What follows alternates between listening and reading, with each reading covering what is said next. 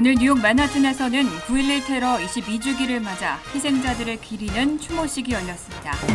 뉴욕주 당국이 아시아의 음력설을 공립학교 휴교일로 공식 지정했습니다. 국세청이 인공지능 AI 기술을 활용해서 고액의 세금을 체납한 백만장자와 대기업을 추적하는 방안을 추진하고 있습니다. 최근 한 설문조사에서는 미국인 10명 가운데 7명이 수중에 현금 $500가 없는 것으로 나타났습니다. 지난 2020년을 기준으로 65세 이상 성인 4명 가운데 1명은 낙상 사고를 경험한 것으로 나타났습니다. 이상은 이 시각 주요 뉴스입니다. 시청자 여러분 안녕하십니까? KBN 뉴스입니다. 22년 전 오늘은 미 역사상 최악의 테러 사건으로 꼽히는 9.11 테러가 발생했었던 날입니다. 뉴욕 맨하튼을 비롯해 미 전역 각지에서는 3,000명에 가까운 희생자들을 기리는 추모식이 열렸습니다. 오늘 뉴욕 맨하튼에서는 세계무역센터가 위치한 그라운드 제로 앞에 9.11 추모광장에서 주요 인사인 희생자 가족과 부통령 카멀라 해리스, 에릭 애덤스 뉴욕시장 등이 참석한 엄숙한 분위기 속에서 추모식이 진행됐습니다. 추모식 참석자들은 22년 전 아메리칸 항공 여객기가 세계무역센터 북쪽 건물에 충돌한 오전 8시 46분 울린 타종 소리에 맞춰 1분 동안 묵념했습니다.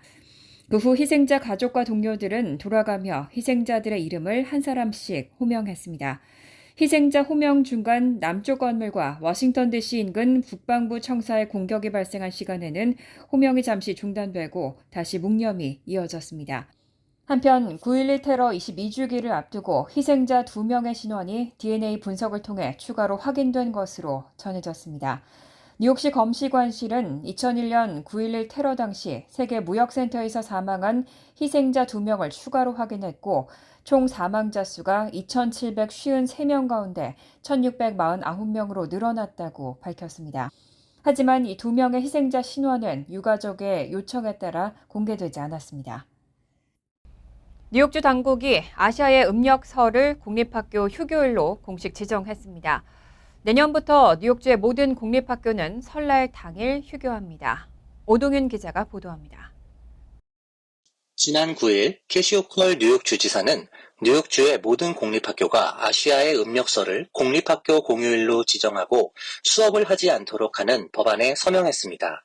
이 법안은 안드레아 스튜어트 커즌스 주 상원의원과 칼 헤이스티 주 하원의원을 비롯한 여러 의원들의 지지를 받았습니다. 이로써 내년부터 뉴욕주의 모든 공립학교는 설날 당일에 학교 문을 닫게 되고 내년 휴교일은 2월 10일입니다. 호컬 주지사는 아시아 음력설이 단순한 휴일이 아니라 학생들이 다양한 문화와 전통을 배우고 축하하는 기회라며 학생들이 뉴욕의 인종 다양성을 더욱 깨닫는 데 기여할 것이라고 설명했습니다. 이번 법안에 대해 여러 의원들도 긍정적인 반응을 보였습니다. 그레이스맹 하원 의원은 2009년 이 법안을 제안했을 때 사람들이 말도 안 된다고 비웃었던 기억이 난다며 우리 사회가 얼마나 발전했는지를 보여주는 사건이라고 평가했습니다. 이웬추 상원 의원은 아시아계 뉴욕 주민을 포용하기 위한 오랜 노력의 결과로 이 법안을 평가하고 아시아계 미국인들이 직면한 혐오에도 큰 변화를 가져올 것으로 기대했습니다. 한편 이 법안은 설날을 중국설이 아닌 아시아 음력설로 표기했습니다. 뉴욕주의 아시안 인구는 2020년 기준으로 193만 3,127명으로 전체 인구의 9.6%를 차지하며 2010년과 비교해 36.1% 증가했습니다. 뉴욕시 공립학교는 뉴욕주보다 앞선 2015년부터 음력설을 휴교일로 지정해왔지만 음력설이 주말인 경우 대체 휴일은 설정하지 않았습니다. 캘리포니아는 지난해 콜로라도주 역시 최근 음력설을 공휴일로 지정했습니다. KBN 뉴스 오동윤입니다. 국세청이 인공지능 AI 기술을 활용해서 고액의 세금을 체납한 백만장자와 대기업을 추적하는 방안을 추진하고 있습니다. 이르면 다음 달부터 AI 도구를 통해서 그동안 찾지 못했던 패턴과 트렌드를 분석하고 숨은 재산을 찾아내서 세금을 징수할 계획입니다. 지난 8일 국세청이 수천만 달러의 세금을 체납한 1,600명의 백만장자와 75개 대기업 파트너십을 추적 중이라고 발표했습니다.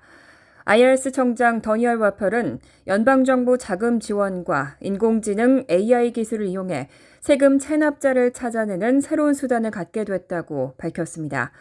워펠 청장은 세금을 제때 납부하는 사람들은 다른 사람들의 세금 체납에 답답할 수 있을 것이라고 언급하고 대상은 최소 25만 달러 이상의 체납액을 갖는 1,600명의 백만장자와 약 100억 달러의 자산을 가진 75개 대기업 파트너십이라고 전했습니다. 이를 위해 워펠 청장은 IRS가 직원을 대거 확충하고 AI를 활용하고 있다며 AI 도구가 이전에는 보이지 않았던 패턴과 트렌드를 분석하고 대규모 파트너십들이 소득을 숨기는 방법을 찾을 수 있는 신뢰도 높은 방법을 제공하고 있다고 설명했습니다. 2021년 경제학자와 IRS 연구팀은 미국 소득 상위 1%가 소득의 20% 이상을 IRS에 신고하지 않았다는 사실을 발견했습니다. 새로운 세금 징수 노력은 이르면 10월부터 본격적으로 시작될 예정입니다. 제5순회 항소법원이 백악관과 CDC, FBI가 코로나 정책이나 선거 관련 내용을 삭제하도록 소셜미디어 콘텐츠 회사들을 압박한 것이 표현의 자유를 침해한 것이라는 판결을 내렸습니다. 제5순회 법원은 지난 8일 열린 재판에서 백악관과 질병통제예방센터, 연방수사국이 콘텐츠 회사들을 압박해 코로나 정책 및 선거 관련 내용을 삭제하도록 하는 것으로 인해 표현의 자유를 침해하고 수정헌법 제1조를 위반했다고 판결 내렸습니다. 워싱턴 포스트에 따르면 이번 판결은 소셜미디어 플랫폼의 콘텐츠 제한이 표현의 자유를 제약한다고 여겨왔던 보수 세력에게 긍정적으로 받아들여지고 있습니다.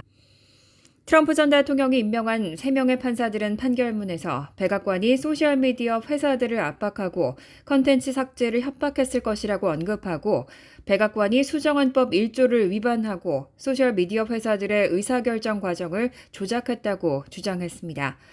다만 이날 제5순회 법원은 정부가 소셜미디어 회사 대부분과의 접촉을 금지하도록 한 1심 법원의 잠정 명령을 일부 수정하는 판결을 내렸습니다. 제5순회 법원은 이 판결이 적용되는 정부기관을 백악관과 질병통제예방센터 및 FBI 등으로 제한하고 잠정 명령에서 접촉 금지가 명령됐던 정부 부처에서 보건복지부와 국토안보부, 인구조사국 등은 제외시켰습니다. 이 판결은 연방정부의 홍보와 내년 대선에 큰 영향을 미칠 전망입니다. 팰리세이드파크 민석준 시의원의 재선을 위한 후원의 밤 행사가 열렸습니다. 민석준 의원은 시의원이 되고 타운에 너무나 많은 문제점들을 확인했다며 재선에서 당선되면 폴킴 시장과 함께 투명한 타운을 만들겠다고 강조했습니다. 오는 11월 재선에 도전하는 팰리세이드파크 민석준 의원이 지지자들 앞에서 투명한 타운 운영과 공정, 그리고 주민과의 소통을 약속했습니다.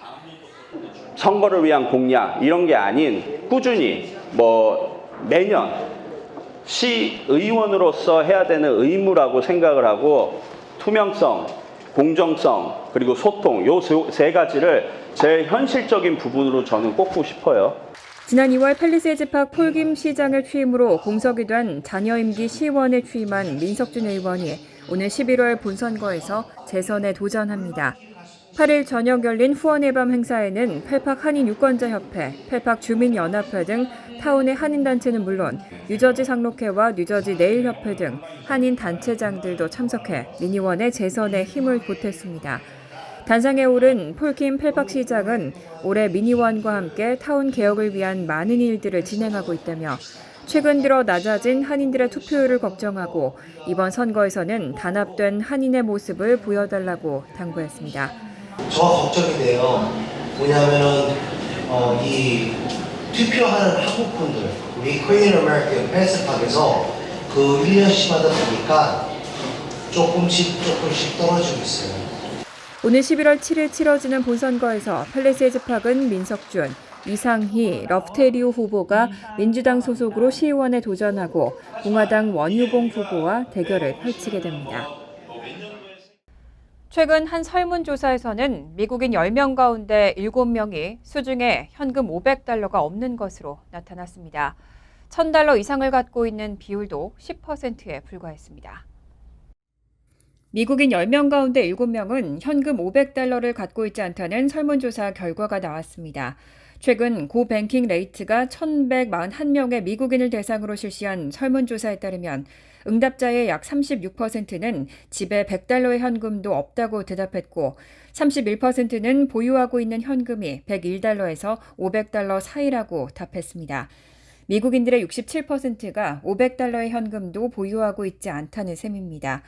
더불어 $501에서 $1000의 현금을 갖고 있다는 비율은 7%, $1000 이상을 갖고 있다는 비율은 10%에 불과했고 현금이 전혀 없다고 응답한 비율은 16.7%에 달했습니다. 현금을 저장하는 장소로는 집이라고 답한 비율이 23.93%로 가장 높았습니다. 이와 관련해 자산관리 전문가들은 금융 시스템 장애나 자연재해와 같은 긴급 상황에 대비하기 위해 최소 수백 달러 또는 가능하다면 $1000 정도의 현금을 보유하는 것이 좋다고 조언하고 있습니다. 한편 연방준비제도에 따르면 65세에서 74세 미국인의 평균 자산은 $42만 6천, 75세 이상은 $35만 7천 나타나 이상적 수치인 $100만 달러의 절반 수준에도 못 미쳤습니다. 하지만 이런 평균치는 초고소득층의 자산을 포함한 결과이고 중간가로 환산하면 65세에서 74세는 $13만 4천, 75세 이상은 $8만 3천 달러로 더욱 급감했습니다. 자산관리 전문가들은 이런 중간치가 실제 현실과 더 가깝다면서 은퇴 시기가 다가올수록 자신의 현실을 냉정하게 분석하고 대안을 고려해야 한다고 조언했습니다. 지난 2020년을 기준으로 65세 이상 성인 4명 가운데 1명은 낙상 사고를 경험한 것으로 나타났습니다. 고령일수록 낙상으로 인한 사망자 수도 늘고 있습니다. 연방질병통제예방센터에 따르면 65세 이상 성인 4명 중 1명이 낙상을 경험한 것으로 나타났습니다. 이 비율은 점점 더 높아지고 있는 추세입니다. 2018년에 32,522명이 의도치 않은 낙상으로 인해 사망한 것으로 집계됐는데 2022년에는 49,920명으로 증가했습니다. 10만 명당 73명이 낙상으로 인해 사망한 셈입니다. 특히 한인 사회에서도 낙상으로 인한 사망자 수가 증가하고 있는데 2022년 잠정 집계치는 115명으로 5년 전과 비교해 77%나 증가했습니다. 낙상은 주로 노인들 사이에서 더 자주 발생하며 부상 및 사망의 원인이 되고 있습니다. 이렇게 낙상 사망률이 상승하는 원인 중 하나로는 심장마비나 뇌졸중과 같은 질환을 이겨낸 노인들의 낙상 위험이 높아지고 있다는 점이 지적되고 있습니다. 또 많은 노인들이 여러 가지 약물을 복용하고 있는데 이 가운데 일부 약물들은 현기증이나 낙상을 유발할 수 있다는 부작용을 갖고 있다는 점도 원인 가운데 하나로 지적됩니다. 따라서 전문가들은 복용 중인 약물을 검토하고 낙상 위험을 높일 수 있는 약물이 있는지 의사나 약사에게 상담하는 것이 중요하다고 당부했습니다. 또 낙상을 예방하기 위해 집안에서도 주의가 필요하다며 욕실이나 계단 복도에 난간 또는 손잡이를 설치하고 양탄자 등 미끄러질 수 있는 위험 요소를 제거하거나 미끄럼 방지 매트나 카펫을 설치하라고 조언했습니다. 지난주 위스콘신주 라신의 한 거리에서 스탑사인을 무시한 스쿨버스가 시티버스에 받쳐 전복되는 사고가 발생했습니다. 다행히 학생들은 한 명도 타고 있지 않았습니다. 지난 6일 오후 4시쯤 위스콘신주 라신의 한 거리에서 시티버스의 옆구리를 받친 스쿨버스가 전복되는 사고가 발생했습니다. 7일 공개된 감시 카메라 영상을 보면 스쿨버스는 건널목에서 일단 멈춘 신호판을 무시하고 달리다 시티버스와 충돌해 뒤집어졌습니다. 사고 현장 근처 주민들은 건널목에 멈춤 사인 신호가 나무에 가려져서 이전에도 사람들이 이 신호를 제대로 보지 못하는 경우가 있었다고 전했습니다. 스쿨버스는 충돌 직후 길가의 주택 잔디밭 위로 쓰러졌습니다. 다만 라신 경찰에 따르면 충돌 사고 당시 스쿨버스에는 다행히 운전기사와 조수회, 학생은 아무도 타고 있지 않았습니다. 이 사고로 퍼스트 스튜던트 버스 회사 소속으로 4년간 일해온 61세 운전기사와 2년째 일해온 26세 여성 조수가 병원으로 이송됐습니다. 한편 시티버스는 전복되지 않았지만 전면부와 유리창이 박살나면서 운전기사와 6명의 승객 가운데 3명이 병원으로 이송됐습니다. 사고 목격자 1명은 충돌 직후 현장으로 달려가 운전기사가 스쿨버스에서 탈출하도록 도왔다며 뒷자리에 있던 여성은 꼼짝도 할 수 없는 상태였다고 전했습니다. 간추린 소식입니다. 주 시애틀 총영사관은 지난 7일 워싱턴주에 위치한 루이스 맥코드 합동기지에서 한식 경연대회를 개최했다고 밝혔습니다. 한미동맹 70주년을 맞아 한식진흥원 후원으로 열린 이번 행사에는 미군 6명이 참가해 주어진 시간 내에 준비된 재료로 자신만의 퓨전 떡볶이를 선보였습니다. 행사에서는 김부각과 궁중떡볶이 조합을 선보인 공군의 카모니크 병장이 1등을 차지해 한식 밀키트 6종과 트로피를 받았습니다. 또 미군을 포함해 250여 명의 참석자에게 비빔밥과 불고기, 잡채, 김치 등 대표 한식을 맛볼 수 있는 기회도 제공됐습니다. 조시 그린 하와이 주지사는 지난 8일 산불 예방과 대응에 관한 비상선언을 담은 조례에 서명하고 이를 공식 발표했습니다. 그린 주지사가 서명한 비상조치는 한 달 뒤인 10월 8일부터 서부 마우이 섬의 이 지역에 대한 비필수 민간인 출입 금지령을 해제하고 관광객과 단체들을 다시 받아들일 수 있다는 내용이 담겼습니다. 하와이 주정부는 8월 중순부터 마우이 섬에 화재가 나지 않은 지역에 대해서는 관광객을 받아들이고 경제적 피해 복구에 나섰지만 산불 지역만은 접근을 금지했습니다. 주정부는 지난 8월 산불 피해 지역 외의 지역을 제외한 마우이 섬에 더 많이 방문해달라고 발표하기도 했습니다. 뉴저지주 교육국은 지난 7일 전체 261개 학군에 약 4억 5천만 달러의 학교 건물 보수 지원금 지급을 발표했습니다. 지원금은 냉난방 시설과 지붕, 구조물 수리 또는 교체 등 학교 필수 시설 보수를 위한 것으로 주정부는 각 학군이 제출한 학교 건물 보수 계획을 검토하고 소요 예산의 약 40%를 보조하게 됩니다.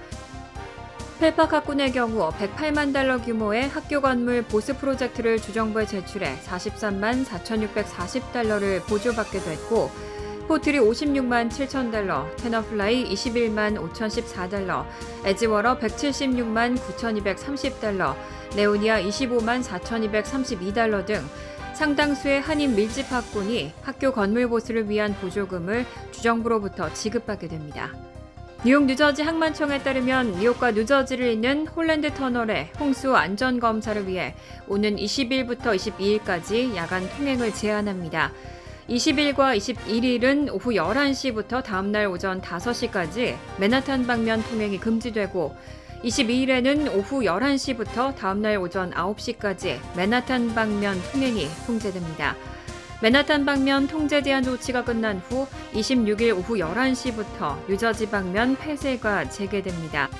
토요일을 제외하고 주 6일간 이뤄지는 홀랜드 터널 뉴저지 방면 심야 시간대 통행 금지는 오는 2025년 말까지 계속될 예정입니다.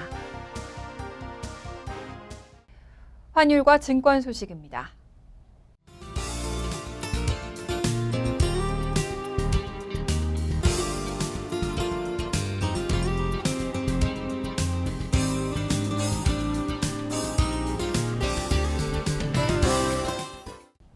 이어서 날씨입니다. 화요일은 부분적으로 화창하겠지만 오후부터는 천둥 번개를 동반한 소나기 내릴 가능성이 있습니다. 낮 최고 기온은 80도, 섭씨 27도, 밤 최저 기온은 72도, 섭씨 22도로 예상됩니다. 수요일은 때때로 천둥 번개를 동반한 소나기가 내리겠습니다. 목요일은 화창하겠습니다. 이상으로 KBN 뉴스를 마칩니다. KBN과 함께 즐거운 저녁 되시기 바랍니다.